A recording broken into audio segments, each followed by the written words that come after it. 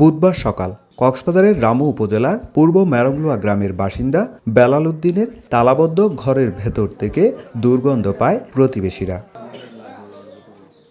খবর পেয়ে পুলিশ ঘটনাস্থলে পৌঁছে তালা ভেঙে ঘরে ঢুকে বালিশ ও তুষক মোড়ানো অবস্থায় উদ্ধার করে বেলালের লাশ। স্বজনরা জানান, গত ৩ মাস ধরে এই ভাড়া বাসায় বসবাস করতেন বেলাল উদ্দিন ও আকি। স্ত্রীর সঙ্গে প্রায় কলহ হতো বেলালের। এরই মধ্যে গত সোমবার বাড়িতে তালা দিয়ে বের হয়ে যায় স্ত্রী আকি। কলহের জেরেই স্বামীকে হত্যা করে পালিয়েছে তার স্ত্রী বলে অভিযোগ স্বজনদের। কয়েকদিন আগে ওরা ঝগড়া করছে, বউ জামাই দুজন মিলে।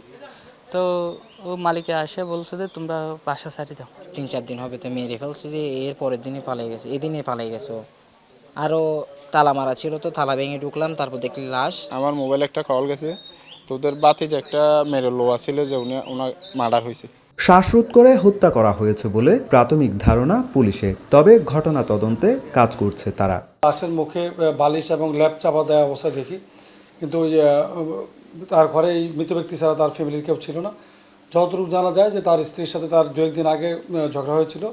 ওই ঝগড়ার পর থেকে এই পরদিন সকাল থেকে গত 2 দিন যাবত তার স্ত্রীকে আর দেখা যাচ্ছিল না এলাকায়। হয়তো শ্বাসরুদ্ধ করে হত্যা করা হতে পারে। এই বিষয়টা আমরা পোস্টমর্টমের জন্য পাঠিয়েছি।